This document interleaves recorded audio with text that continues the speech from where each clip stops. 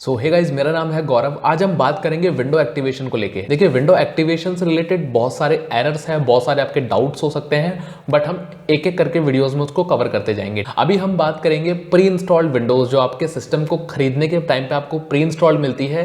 तो उसमें अगर कोई प्रॉब्लम आ रही है या फिर अगर आपको प्रॉब्लम नहीं आ रही है, आप जस्ट एक नॉलेज के लिए देख रहे हैं, तो ये वीडियो आपके लिए बहुत हेल्पफुल रहेगी। इन फ्यूचर आपको कभी भी विंडोज से रिलेटेड या फिर कोई भी आपके सिस्टम से रिलेटेड आपको लॉस नहीं झेलना पड़ेगा। तो गाइस देखिए, मैं मेन पॉइंट पे पहले बात कर लेता हूं, ठीक है। विंडो जो होती है वो आपके एक्टिवेट होती है प्रोडक्ट की से। ओके, प्रोडक्ट की जो होता है ये 5-5 कैरेक्टर्स का, अलग अलग 5 कैरेक्टर्स का एक सेट होता है, जिसके ये 5 सेट होते हैं, ठीक है। मतलब टोटल आपके 25 कैरेक्टर्स की एक प्रोडक्ट की होती है। अल्फा न्यूमेरिक होती है, उसमें अल्फाबेटिकल ABCD भी होते हैं और 1 2 3 4 नंबर्स भी होते हैं, ठीक है। वो मिक्स रहते हैं। तो आपके पास पहली बात तो विंडो को एक्टिवेट करने के लिए एक प्रोडक्ट की होनी चाहिए। इनकेस आपके जैसे कि सिस्टम के साथ प्री इंस्टॉल मिलती है तो लोगों को प्रोडक्ट की के बारे में नहीं पता होता है। अगर आपके पास विंडोज 10 है, 11 है, सबके लिए देखिए अलग अलग कमांड्स है प्रोडक्ट की को फेच करने के लिए। बट आपको सबसे पहले एंश्योर करना पड़ेगा कि जो भी आपका मदरबोर्ड है अभी सिस्टम के अंदर, वो ओरिजिनल होना चाहिए। अगर आपका मदरबोर्ड चेंज नहीं है तो मैं आपको कमांड बता रहा हूँ। विंडोज 10 के लिए ये कमांड होती है, जो मैं आपको यहाँ पे अभी नीचे लिख के दे दूंगा। ऑल्सो ये आपको डिस्क्रिप्शन में भी मिल जाएगी, ठीक है। ये आपको कमांड प्रॉम्प्ट में रन करनी होती है, रन एज एडमिन करके। विंडोज 11 के लिए में एक अलग कमांड होती है, लेकिन वो पावर शेल की कमांड होती है। ओके, तो वो भी मैं आपको डिस्क्रिप्शन में दे दूंगा और यहाँ पे नीचे आप डाउन साइड में भी चेक कर सकते हैं। विंडोज 7 और विंडोज 8 वाले जो डिवाइसेस होते हैं, उनके जो रहता है विंडोज का स्टिकर आता है सिस्टम के साथ ही, ठीक है। विंडोज का स्टिकर चिपका हुआ रहता था पहले सिस्टम के साथ ही, ठीक है। उसके ऊपर प्रोडक्ट की लिखी हुई होती थी।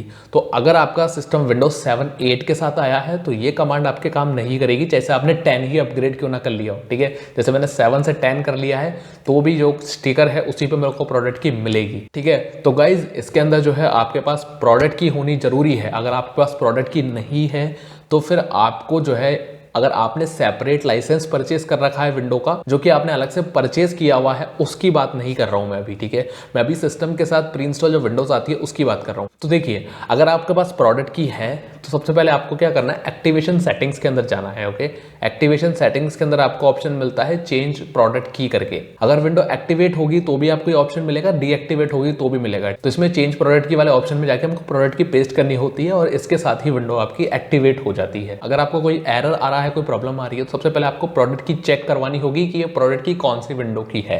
क्योंकि विंडोज होम भी होता है, प्रो भी होता है, एजुकेशन होता है, एंटरप्राइज होता है, अलग अलग एडिशंस होते हैं।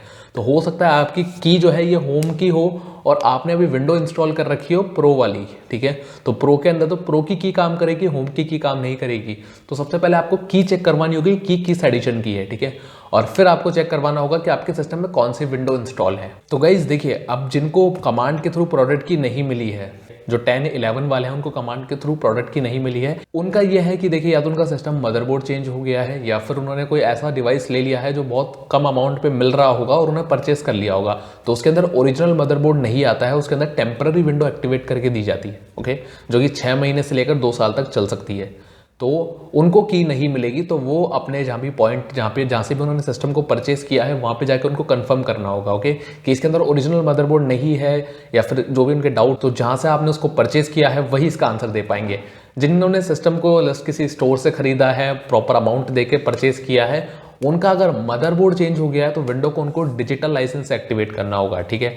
अगर डिजिटल लाइसेंस एक्टिवेशन में कोई भी इशू है, डाउट है, तो मैंने इसकी ऑलरेडी वीडियो बना दी है, आप जाकर देख सकते हैं, ठीक है। मैं आई बटन पे आपको दे रहा हूँ, इसको जस्ट जाके देख लीजिए, आपका डाउट क्लियर हो जाएगा डिजिटल एक्टिवेशन से रिलेटेड। अब गाइज देखिए, इसमें यह हो सकता है कि आपकी विंडोज जो है उसकी की भी है आपके पास और विंडो का करेक्ट एडिशन भी इंस्टॉल है, ओके, लेकिन विंडो आपकी एक्टिवेट नहीं हो रही है। देखिए, विंडो की जो की होती है वो लाइफ टाइम के लिए नहीं होती है, ओके। ये जो लाइफ टाइम वर्ड होता है ये आपकी लाइफ टाइम वाला वर्ड नहीं होता है, ये सिस्टम में कि लाइफ टाइम में जितनी बार हार्डवेयर चेंज करेंगे उसके अकॉर्डिंग होता है, ओके।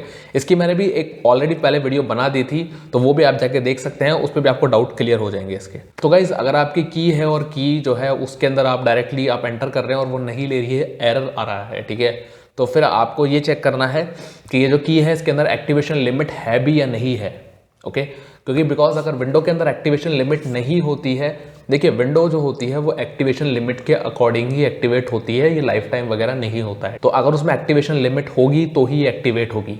अब आपके पास ये डाउट आ सकता है कि सर एक्टिवेशन लिमिट कैसे पता करें या फिर एक्टिवेशन लिमिट कितनी है मेरी की। तो देखिए डायरेक्टली किसी को नहीं दिखती है कि आपकी कितनी एक्टिवेशन लिमिट है या फिर आप कहाँ, बस आप माइक्रोसॉफ्ट में डायल करके ये चीज़ कंफर्म कर सकते हैं कि इसके अंदर एक्टिवेशन लिमिट है या नहीं है। दैट्स इट, की आप बता के उनको पूछ सकते हैं। लेकिन जो सिस्टम के साथ वाली की आती है उसकी लिमिटेशन होती है सिंगल हार्डवेयर के लिए, ओके। बिकॉज आपके मैन्युफैक्चरर ने, जिस कंपनी का सिस्टम है HP डेल, उन्होंने सिंगल हार्डवेयर के लिए उस की को दिया हुआ है आपको, ओके। तो अगर ज़्यादा हार्डवेयर चेंज हो जाते हैं आपके डिवाइस के अंदर तो वो ज़्यादा हार्डवेयर के ऊपर एक्सेप्ट नहीं करती है उसको, ठीक है। अगर मेजरली 1-2 हार्डवेयर चेंज हुए हैं तो पॉसिबल है कि आपकी विंडो एक्टिवेट हो जाएगी। अगर आप ट्राई कर रहे हैं कि उसको किसी दूसरे सिस्टम में एक्टिवेट कर ले तो वो पॉसिबल नहीं है, ओके। बिकॉज वो सिंगल हार्डवेयर के लिए बनी हुई है, दूसरे सिस्टम के अंदर सारे ही नए हार्डवेयर रहेंगे तो वो उसको एक्सेप्ट नहीं करेगी, ठीक है। माइक्रोसॉफ्ट का जो एक्टिवेशन सर्वर है उसको सिंगल हार्डवेयर के ऊपर ही वो एक्टिवेट कर सकता है, अनदर हार्डवेयर पे नहीं करेगा।